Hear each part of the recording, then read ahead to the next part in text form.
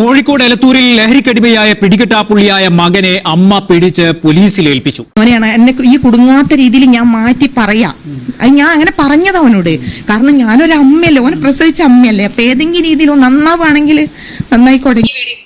Hi everyone, അപ്പൊ എന്റെ പുതിയൊരു വീഡിയോയിലേക്ക് സ്വാഗതം. അപ്പൊ ഞാൻ ഇന്ന് വന്നിരിക്കുന്ന ഒരു അടിപൊളി, ഇതുവരെ കണ്ടതിൽ വെച്ച് ഏറ്റവും നല്ലൊരു വീഡിയോ ആണ് ഞാൻ ഇന്നലെ കണ്ടത്. ഈ കേരളത്തിൽ ഇതുപോലുള്ള എത്ര അമ്മമാര് കാണുമെന്ന് എനിക്കറിയത്തില്ല. പക്ഷേ ഈ അമ്മയെ നമ്മളൊരു മാതൃകയാക്കേണ്ടതാണ്. ഞാനൊരു ന്യൂസ് വെക്കാം, നിങ്ങൾ അതൊന്ന് കണ്ടു നോക്ക്. കോഴിക്കോട് എലത്തൂരിൽ ലഹരിക്കടിമയായ പിടികിട്ടാപ്പുള്ളിയായ മകനെ അമ്മ പിടിച്ച് പോലീസിൽ ഏൽപ്പിച്ചു. അപ്പൊ കോഴിക്കോടാണ് സംഭവം. രാഹുൽ എന്ന് പറയുന്ന ഒരുത്തനെ സ്വന്തം അമ്മ തന്നെ പിടിച്ച് പോലീസിന് കൊടുത്തു. ഇവൻ ആത്മഹത്യാ ഭീഷണി മുഴക്കി, പിന്നെ ആ വീട്ടിലുള്ളവരെയൊക്കെ കൊല്ലുമെന്നും പറഞ്ഞു. ഒരു പിഞ്ചു കുഞ്ഞുണ്ട്, ആ കുഞ്ഞിനെ അടക്കം കൊല്ലുമെന്നാണ് ഇവൻ പറഞ്ഞത്. അവസാനം ഗതി കെട്ടാണ് ആ അമ്മ ഇവനെ പോലീസിന് പിടിച്ചു കൊടുത്തത്.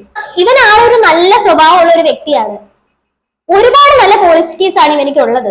ഇവന്റെ പേരിൽ എത്ര കേസുണ്ടെന്ന് ഇവന് പോലും അറിയത്തില്ല. എന്തായാലും നമുക്ക് അതൊന്ന് കാണാം. ഓനടിമയാണ്. ഓനിപ്പോ ശരിക്കും ഒരു 13 വയസ്സിലോൺ ഉപയോഗിക്കാൻ തുടങ്ങിയിട്ടാണ് ഓനിപ്പോ പറയുന്നത്. 8ാം ക്ലാസ് തൊട്ടിട്ട് ഓൻ ഈ സിഗരറ്റ് വലിക്കുന്നതായിട്ട് ഞങ്ങൾ അറിയുന്നുണ്ട്. 8ാം ക്ലാസ് തൊട്ട് സിഗരറ്റ് വലിക്കുമെന്ന്. അപ്പൊ ഇപ്പോഴത്തെ അവസ്ഥയൊക്കെ ആലോചിച്ചു. ഈ 8ാം ക്ലാസ്സിൽ പഠിക്കുമ്പോഴെന്ന് പറഞ്ഞാൽ നമ്മുടെയൊക്കെ ആ ഒരു സമയത്ത് എന്ന് പറയുന്നത് എന്താണ്, വേറെ ഓരോ സാധനങ്ങളോട്, ഒരു കളിക്കുന്ന ഓരോ സാധനങ്ങളോടോ അല്ലെന്നുണ്ടെങ്കിൽ സൈക്കിള് അങ്ങനെയുള്ള കാര്യത്തിനോടൊക്കെ ആയിരുന്നു ഭയങ്കര ക്രൈസ്. ഇവനിക്ക് സിഗരറ്റ് ആണ്. എന്റെ പൊന്നളി, അന്നേ അവൻ തുടങ്ങിയതാണ്. അപ്പൊ ഇപ്പൊ ഇനി പിടിച്ചു കെട്ടിയിട്ടൊന്നും കാര്യമില്ല. ഞങ്ങൾ പല രീതിയിലും അത് നല്ല പോലെ പറഞ്ഞു കൊടുത്തിട്ട് ഉപദേശിച്ചിട്ടും ഒക്കെ മാറ്റാൻ നോക്കി. അപ്പൊ മാറ്റിയെന്ന് ഞങ്ങളെ വിശ്വസിച്ചു. അതാണ്. അപ്പൊ സ്വന്തം മാതാപിതാക്കള് എല്ലാ മക്കളെയും സ്വന്തം മക്കളെ അങ്ങ് അകമഴിഞ്ഞ് വിശ്വസിക്കരുത്. അതാണ് ഇവിടെ തെറ്റുപറ്റിയത് ഈ അമ്മയ്ക്ക്. അതായത് ഈ ഇങ്ങനെയുള്ള നാറികൾ എന്താ ചെയ്യുന്നതെന്ന് വെച്ച് കഴിഞ്ഞാൽ ഈ നന്നായെന്ന് അച്ഛന്റെ അമ്മയുടെ മുന്നിൽ ഇങ്ങനെ തെറ്റിദ്ധരിപ്പിക്കും. കേസുണ്ടെന്ന് അറിയില്ല. ഓനിപ്പോ പിന്നെ ഒരു ഭവനഭേദനം, ഒരു അടിപിടി കേസ്, അത് മർഡർ അറ്റംപ്റ്റ് എന്നാണ്, പിന്നെ പോക്സോ കേസ്, പിന്നെ ഒരു വണ്ടീന്റെ കേസ്, പിന്നെ വേറെ എന്ത് 5 എണ്ണം ഇപ്പം വാറണ്ട് ആയിട്ടുണ്ട്. 6 കേസ് അവന്റെ പേരിലുണ്ട്, 6 7 കേസ് ഉണ്ട് എന്ന് പറയുന്നുണ്ട്. കാത്തൊന്നുമില്ല. അപ്പൊ ഇവിടെ വന്നിട്ട് പോലീസുകാർ ഇവന്റെ തലയിലില്ലാത്ത കേസ് ഒന്നുമല്ല. കേസുകളുടെ കാര്യത്തിൽ ഞാൻ നോക്കിയിട്ട് ഇവനൊരു മാർജിൻ ഫ്രീ സൂപ്പർ മാർക്കറ്റ് തന്നെയാണെന്ന് തോന്നുന്നു. പലതരത്തിലുള്ള കേസുകളാണ് അവന്റെ പേരിലുള്ളത്. ഇത്രയും വലിയ വ്യക്തിയായിരുന്നു രാഹുൽ. എനിക്ക് തോന്നുന്നത് ഈ അച്ഛനും അമ്മയൊക്കെ എങ്ങനെ സഹിച്ചു അവനെ ഇത്രയും കാലം എന്ന് ഓർത്തിട്ടാണ്. ഇവിടെ അടുത്ത് നോക്കെ പറഞ്ഞിട്ടുണ്ട് പോലും, പിടികിട്ടാപ്പുള്ളിയായിട്ട് അവനെ പ്രഖ്യാപിക്കുകയാണ്, ഓനെ ലുക്കൌട്ട് നോട്ടീസ് ഒട്ടിക്കാൻ പോവാന്നൊക്കെ അവരോട് പറഞ്ഞു. ഞങ്ങൾ ഇവിടെ ഇല്ലായിരുന്നു, ഒരു വന്നപ്പോ പറഞ്ഞിട്ടുണ്ടെന്ന് അവര് പറഞ്ഞു. അടുത്ത വീട്ടുകാരൊക്കെ നമ്പർ കൊടുത്തു പോയതാ. അപ്പൊ അവരൊക്കെ ഇവനിവിടെ ഉള്ളത് വിളിച്ചു പറയാതിരുന്ന ഞങ്ങളോടുള്ളൊരു സ്നേഹം കൊണ്ട്. ഇവനെയൊക്കെ എവിടെ വെച്ച് കാണുന്നോ അവിടെ വെച്ച് പൊക്കിയെടുത്ത് അകത്തിടണം. അല്ലാണ്ട് ഇങ്ങനെയുള്ളവന്മാരെ അഴിച്ചു വിടുകയല്ല. അപ്പോ ഇവനിക്ക് ഓൾറെഡി വാറണ്ട് ഉണ്ട്. വീട്ടിൽ വന്നാൽ ഉടനെ തന്നെ അറിയിക്കണമെന്നാണ് പോലീസുകാർ പറഞ്ഞിരിക്കുന്നത്. പക്ഷെ ഈ അമ്മ സ്വന്തം മകനല്ലേ എന്ന് വിചാരിച്ചിട്ട് പോലീസിൽ അറിയിച്ചില്ല. അത് മാത്രമാണ് ഇവരുടെ തെറ്റ്. സത്യം പറഞ്ഞാൽ ആ അമ്മ ഇവനെ കൊണ്ട് ശരിക്കും ഗതികെട്ടെന്ന് പറഞ്ഞാൽ വശം കെട്ട് പരുവക്കേടായി. അതുകൊണ്ടാണ് അവർ ഈ ഒരു അവസ്ഥയിൽ എത്തിയത്. ആ അമ്മേനെ കൊല്ലുമെന്ന് വരെ ഭീഷണിപ്പെടുത്തി, സ്വന്തം കുഞ്ഞിനെ വരെ കൊല്ലുമെന്ന് ഭീഷണിപ്പെടുത്തി. അപ്പൊ എന്തുകൊണ്ടാണ് ഈ അമ്മ അവനെ പിടിച്ച് പോലീസിന് കൊടുത്തേന്നുള്ള കാര്യം ഇവര് വ്യക്തമാക്കുന്നുണ്ട്. അതൊന്നും നമുക്ക് കണ്ടുനോക്കാം. അല്ലെ ഓൻ അടിക്കാൻ വരും. അടിക്കാൻ മുമ്പൊക്കെ അടിച്ചിട്ടുണ്ടായിരുന്നു. ഇപ്പൊ ഈ ഒരു സമയത്ത് അടിച്ചിട്ടില്ല, അടിക്കാൻ വന്നിട്ടേ ഉള്ളൂ. അപ്പൊ എനിക്ക് പേടിയാണ്.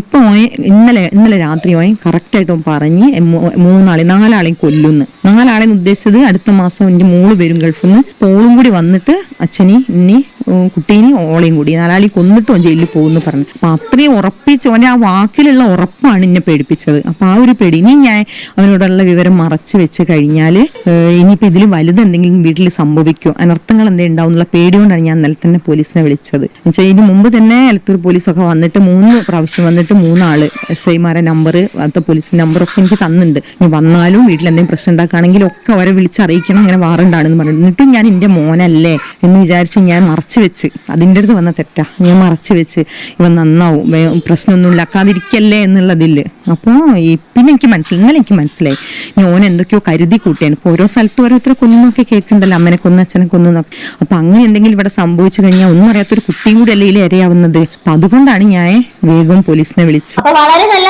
കാര്യം അമ്മേ. കാര്യം എന്താന്ന് വെച്ച് കഴിഞ്ഞാൽ ഡെയിലി ഇതൊക്കെ തന്നെയല്ലേ നടക്കുന്നത്. വെട്ട് കുത്ത് കൊലയൊക്കെ, തല്ലിക്കൊല്ലുന്നു, വെട്ടിക്കൊല്ലുന്നു, കുത്തിക്കൊല്ലുന്നു, വെടിവെച്ച് കൊല്ലാൻ വരെ ഇപ്പൊ ആളുകളെ ഇങ്ങനെ റെഡിയായിട്ട് നിൽക്കുക. ശരിക്കും പറഞ്ഞാൽ എപ്പോഴും വെട്ടിക്കൊല്ലലാണ് കേൾക്കുന്നത്. കഴിഞ്ഞ ദിവസം ഒരുത്തനെ വെടിവെച്ച് വരെ കൊന്നു. സംഭവം എനിക്ക് ചെറിയൊരു പനിയും ജലദോഷവും ഒക്കെ ഉണ്ട്. എനിക്ക് സംസാരിക്കാനായിട്ട് ഭയങ്കര ബുദ്ധിമുട്ടുണ്ട്. കാര്യം മൂക്കൊക്കെ അടഞ്ഞ് ആകെ വശകേടായിട്ടിരിക്കുവാണ്. അതുകൊണ്ടാണ് നിങ്ങൾ കാണുന്നവരൊക്കെ ഒന്ന് ക്ഷമിക്കുക. കാര്യം നല്ല രീതിയിൽ എനിക്ക് സംസാരിക്കാൻ മാക്സിമം ഞാൻ ശ്രമിക്കുന്നുണ്ട്. ഇതിനിടയ്ക്ക് ഞാൻ ഒരു 100 തവണ തുമ്മി, ഉള്ള കാര്യം പറയാനോ ഒരു രക്ഷയില്ല. തുമ്മി ഒരു പരുവായിട്ടിരിക്കുകയാണ്. എന്നിട്ട് നമുക്ക് വീഡിയോ ഇടാതിരിക്കാൻ ഒരിക്കലും പറ്റത്തില്ല. അതുകൊണ്ടാണ് ഞാൻ ഇത്രയും സിറ്റുവേഷനിലും ഞാൻ വീഡിയോ എടുക്കുന്നത്. അപ്പൊ എന്തെങ്കിലും കുഴപ്പമുണ്ടെന്നുണ്ടെങ്കിൽ, എന്തെങ്കിലും ബുദ്ധിമുട്ട് നിങ്ങൾക്ക് തോന്നുന്നുണ്ടെങ്കിൽ അതൊക്കെ ക്ഷമിച്ചേക്കണം കേട്ടോ. അപ്പൊ എന്തായാലും ഞാൻ പറഞ്ഞു തന്നത്, അമ്മമാരായ ഇങ്ങനെ തന്നെ വേണം. ഇതായിരിക്കണം ഒരമ്മ, ഇവരായിരിക്കണം ഒരു മാതൃകയാവേണ്ടത്. അല്ലാതെ കുറച്ചു പേരുണ്ട് 5 എണ്ണത്തിനെ വെട്ടിക്കൊന്നാൽ പോലും എന്റെ മകനെ ഇറക്കിത്താ, എന്റെ മകനെ വെറുതെ വിടണം, അവനെ ഉള്ളു ഇനി എനിക്കൊരു പ്രതീക്ഷ എന്നും പറഞ്ഞ് നിൽക്കുന്ന കുറെ അമ്മമാര്. ശരിക്കും പറഞ്ഞാൽ അതുപോലെ വേറൊരു കേസും കൂടി ഉണ്ടായിരുന്നു. വേറൊരു യാസർ എന്ന് പറഞ്ഞിട്ട് ഒരു പെണ്ണിനെ ഒരു സന്ധ്യ സമയത്ത് കുത്തിക്കൊന്ന അച്ഛനെ അമ്മേനെയൊക്കെ കുത്തിയ ഒരു കേസ്. അവന്റെ അമ്മയും ഇത് തന്നെയാണ് പറയുന്നത്, അവന്റെ ഉമ്മയും ഇത് തന്നെയാണ് പറയുന്നത്. എന്റെ മോന് എന്താണ് അങ്ങനെ ആയിപ്പോയി, അങ്ങനെ ഇങ്ങനെ എന്നൊക്കെ പറയുന്നത്. പക്ഷെ അങ്ങനെയുള്ള അമ്മമാരെ ഒരിക്കലും എന്താ പറയാ, അവര് വേണം ആദ്യം അടിക്കാൻ. ഞാൻ ഒരു ഉദാഹരണം പറയാം. നമുക്ക് നാടിനും വീടിനും ദോഷമായിട്ടൊരു മരം വളരുവാണെങ്കിൽ, ഒരു മരം വളർന്നു വന്നു കഴിഞ്ഞാൽ അത് നാടിനും വീടിനും എല്ലാം ആപത്താണെന്ന് തോന്നിയാൽ അതങ്ങ് വെട്ടിക്കളഞ്ഞേക്കണം. അതിന് മോളാണെങ്കിലും മോനാണെങ്കിലും സ്വന്തം തള്ളയാണെങ്കിലും തന്തയാണെങ്കിലും പിടിച്ച് പോലീസിന് കൊടുക്കണം. സത്യത്തിൽ ഈ അമ്മ എന്ന് പറയുന്ന എല്ലാ അമ്മമാർക്കും ഒരു മാതൃകയാകേണ്ട അമ്മ തന്നെയാണ്. ഇങ്ങനെ മക്കളിൽ നിന്ന് എന്തെങ്കിലും ഒരു വിഷയം കാണുന്ന ഒരു അമ്മ, അങ്ങനെ ഒരു അമ്മയുണ്ടെങ്കിൽ അവര് ഇതുപോലെ ചെയ്യണം. എന്നാലും നമ്മുടെ നാട് നന്നാവത്തുള്ളൂ. ശരിക്കും 4 പേരറിഞ്ഞ എന്തെങ്കിലും സംഭവിക്കും, അല്ലെന്നുണ്ടെങ്കിൽ നാണക്കേട്, ഇമേജ് പോകും എന്നൊക്കെ അങ്ങനെ ഒന്നും നോക്കാതെ നിങ്ങൾ പോലീസിൽ അറിയിക്കുക. എല്ലാ അമ്മമാരും ഇത് തന്നെ ചെയ്യാം. കാര്യം സ്വന്തം വീട്ടിൽ ഇങ്ങനെ ഒരുത്തനുണ്ടെങ്കിൽ നാണക്കേട് വിചാരിച്ചിട്ട്, കുടുംബത്തിന്റെ മാനം പോകുമെന്ന് വിചാരിച്ചിട്ട് ഇങ്ങനെ പോലീസിൽ പറയാണ്ടിരുന്നു കഴിഞ്ഞാല് നാളെ ഇതിനേക്കാളും വലിയൊരു ചെറ്റ പരിപാടി ഇവൻ കാണിച്ചിട്ട് വന്ന് നിന്നാല് നിങ്ങളുടെ മാനം മാത്രമല്ല, പിന്നെ പുറത്തേക്ക് ഇറങ്ങാൻ പറ്റാത്ത അവസ്ഥയായി പോകും. വേണമെങ്കിൽ നിങ്ങളെ കൊല്ലുക വരെ ചെയ്യും, ജീവന് തന്നെ ഭീഷണിയാവും. അതുകൊണ്ട് നിങ്ങൾ ഒന്നും കരുതരുത്. ഇതിപ്പോൾ ഇവിടെ കോമൺ ആയിട്ട് കാണുന്ന കാര്യം തന്നെയാണ്. ഇപ്പോഴത്തെ പിള്ളേരെ എടുക്കുകയാണെന്നുണ്ടെങ്കിൽ ഒരു മെജോറിറ്റി ആൾക്കാരും ഇങ്ങനെയുള്ള സാധനങ്ങൾ യൂസ് ചെയ്യുന്നവന്മാര് തന്നെയാണ്. അതുകൊണ്ടാണല്ലോ നമ്മൾ ഇങ്ങനെയുള്ള ന്യൂസുകൾ ദിനം കേട്ടോണ്ടിരിക്കുന്നത്. ഡെയിലി ഒരു 10 ന്യൂസെങ്കിലും കാണുന്നുണ്ട്. ലഹരി വേട്ട, അവിടുന്ന് കഞ്ചാവ് പൊക്കി, ഇവിടുന്ന് കഞ്ചാവ് പൊക്കി, അവിടുന്ന് ഇതാക്കി. പെണ്ണുങ്ങളും ഉണ്ട് കേട്ടോ, ആണുങ്ങൾ മാത്രമല്ല പറയുന്നത്. ശരിക്കും പറഞ്ഞാൽ പല സ്ഥലങ്ങളിൽ നിന്ന് നാട്ടുകാർ തന്നെ ഇറങ്ങി പിടിക്കുന്നുണ്ടാ ഈ ഇതുപോലുള്ള പിള്ളേരെ. അങ്ങനെ വേണം. കാര്യം നമ്മുടെ നാട്ടിൽ പോലീസിനെ കൊണ്ട് പറ്റുന്നില്ല. ഇവനെ തന്നെയാണെങ്കിലും ഇവനെ നന്നാക്കാൻ വേണ്ടിയിട്ട് പല രീതിയിൽ ഈ അമ്മ നോക്കിയിട്ടുണ്ട്. ഇവന് കുറെ കേസുണ്ട്. ആ കേസുകളൊക്കെ നടത്താൻ പൈസ കൊടുക്കാന്ന് വരെ ഈ അമ്മ പറഞ്ഞു. എന്നിട്ട് ഇവൻ നന്നായോ? എവിടെന്ന്? ആ അമ്മ തന്നെ കുറച്ച് കാര്യങ്ങൾ പറയുന്നുണ്ട്, ഒന്ന് കേട്ടു നോക്ക്. നിരന്തര ഉപദ്രവം. ഇപ്പം ഒരു 3 മാസമായിട്ട് ഓൻ വന്നിട്ട്, പക്ഷെ അപ്പൊ ഓൻ പച്ചപ്പൈ പാവായി ഇങ്ങനെ ഇരുന്നപ്പോ ഞാൻ വിചാരിച്ച് നന്നാവേക്കും. ഞാൻ പറഞ്ഞു, മോനെ ഞാൻ പൈസ തരാം, ഓരോ കേസിന്റെ സമയത്ത് ഈ പോയി ഹാജരാവ്, എന്നിട്ട് അത് കേസ് നടത്തി വക്കീൽ നമുക്ക് കൊടുക്കാം, അതങ്ങ് നടത്തിക്കൊണ്ടല്ല, കുറെ കേസില്ലേ എന്ന് പറഞ്ഞു. അപ്പൊ എന്നോട് അതാണ് ഓൻ അത് പറയുന്നത്, വീഡിയോ ഇതിൽ പറയുന്നത്, വോയിസ് പറയുന്നത് ഞാൻ മാറ്റി പറയാം. ഞാൻ പറഞ്ഞു, മോനെയാണ് എന്നെ ഈ കുടുങ്ങാത്ത രീതിയിൽ ഞാൻ മാറ്റി പറയാം. അത് ഞാൻ അങ്ങനെ പറഞ്ഞത് അവനോട്. കാരണം ഞാനൊരു അമ്മയല്ലേ, ഓനെ പ്രസവിച്ച അമ്മയല്ലേ. അപ്പൊ ഏതെങ്കിലും രീതിയിൽ ഓൻ നന്നാവുകയാണെങ്കിൽ നന്നായിക്കോട്ടെ. ഞാൻ ഇനിയിപ്പോ ഏതെങ്കിലും രീതിയിൽ ഓൻ രക്ഷപ്പെട്ട് പോരുക, ഓൻ നന്നാവുകയാണെങ്കിൽ അപ്പൊ കേസ് നോക്കി ഒഴിവായാൽ ഞാൻ ഓളോട് പറഞ്ഞ ഓള് വരും, തിരിച്ചു വരും. ഇപ്പൊ ഞാൻ ഇപ്പൊ ഓളോട് പറയാം, മോളെ ഈ വരണോ എന്ന് ഞാനും എന്റെ ഭർത്താവും പറഞ്ഞ ഓള് തിരിച്ചു വരും, ഞങ്ങൾക്കറിയാൻ വരും. അപ്പൊ ഇവനൊരു കല്യാണമൊക്കെ കഴിച്ചാണ്. അതിനെന്ത് പറ്റിയെന്നുള്ള കാര്യം നമുക്ക് പിന്നീട് സംസാരിക്കാം. ഒരു കാര്യം മാതാപിതാക്കൾ ശ്രദ്ധിക്കുക, ഇവനെ പോലുള്ളവന്മാരൊന്നും പെട്ടെന്നൊന്നും നന്നാവത്തില്ല. അപ്പൊ ഇവനെ ഇതുപോലുള്ളവന്മാരെ എത്രയൊക്കെ സേവ് ചെയ്ത് വെക്കാൻ പോയാലും ഇവന്മാരൊന്നും നന്നാവാൻ പോകില്ല. അത് നിങ്ങൾക്ക് തന്നെയാണ് ഡേഞ്ചർ ആയിട്ട് വരുന്നത്. പിന്നെ ഒരുവിധപ്പെട്ടുള്ള എല്ലാ മാതാപിതാക്കളുടെയും ഒരു തെറ്റായ ധാരണയുണ്ട്, ഈ മക്കളൊന്നും നമ്മളെ ഒന്നും കൊല്ലത്തൊന്നുമില്ല, നമ്മളെ ഒന്നും ചെയ്യത്തില്ല എന്നൊക്കെ ഉള്ള ഒരു ധാരണ. അതൊക്കെ വെറും പൊട്ടത്തരമാണ്. അത് വെറും അങ്ങനെ ഒരു കാര്യമേ നിങ്ങൾക്ക് വേണ്ട. ആ വിശ്വാസം നിങ്ങൾ 8 മടക്കി എവിടെയെങ്കിലും ഒക്കെ വെക്ക്. അല്ല, പിന്നെ നിങ്ങളായിരിക്കും ഇങ്ങനെയുള്ളവന്മാരെ ആദ്യം ചെയ്യുന്നത്. ഇങ്ങനെ ഒരു സാധനം നമ്മുടെ ശരീരത്തിലേക്ക് കയറി കഴിഞ്ഞാൽ അച്ഛൻ ഏത്, അമ്മ എന്ത്, പിന്നെ സഹോദരൻ എന്ത്, അങ്ങനെയുള്ള ഒരു ചിന്തകളും ഉണ്ടാകത്തില്ല. കഴിഞ്ഞ ദിവസം വന്ന ഒരു ന്യൂസാണ്, ഒരു 9ാം ക്ലാസ്സുകാരൻ ഈ സാധനം അടിച്ചിട്ട് സ്വന്തം സഹോദരിയെ കയറി പീഡിപ്പിച്ചു. കുറച്ചു ദിവസം മുമ്പ് നടന്ന കാര്യമാണ്. അതാ ഞാൻ ഈ പറഞ്ഞത്, ഈ സാധനം നമ്മുടെ മണ്ടയിലേക്ക് കയറി കഴിഞ്ഞാൽ പിന്നെ ആരാണെന്ന് പോലും അറിയത്തില്ല. അച്ഛനില്ല, അമ്മയില്ല, പെങ്ങളില്ല, ആരുമില്ല. എല്ലാരും ഇവന്മാർ ഒറ്റ കണ്ണിലൂടെ കാണത്തുള്ളൂ. അതുകൊണ്ട് ഞാൻ പറയുക, ഇതുപോലുള്ള നാറികളെ നിങ്ങൾ നന്നാക്കാനൊന്നും ശ്രമിക്കല്ലേ. അപ്പൊ സംഭവം എന്താന്ന് വെച്ച് കഴിഞ്ഞാൽ ഇവനെ അറസ്റ്റ് ചെയ്യാൻ വേണ്ടിയിട്ട് ഈ അമ്മ ഒരു പോലീസിനെ വിളിച്ചല്ലോ. പോലീസിനെ വിളിച്ചപ്പോഴാണ് അതിനേക്കാളും വലിയ കോമഡി.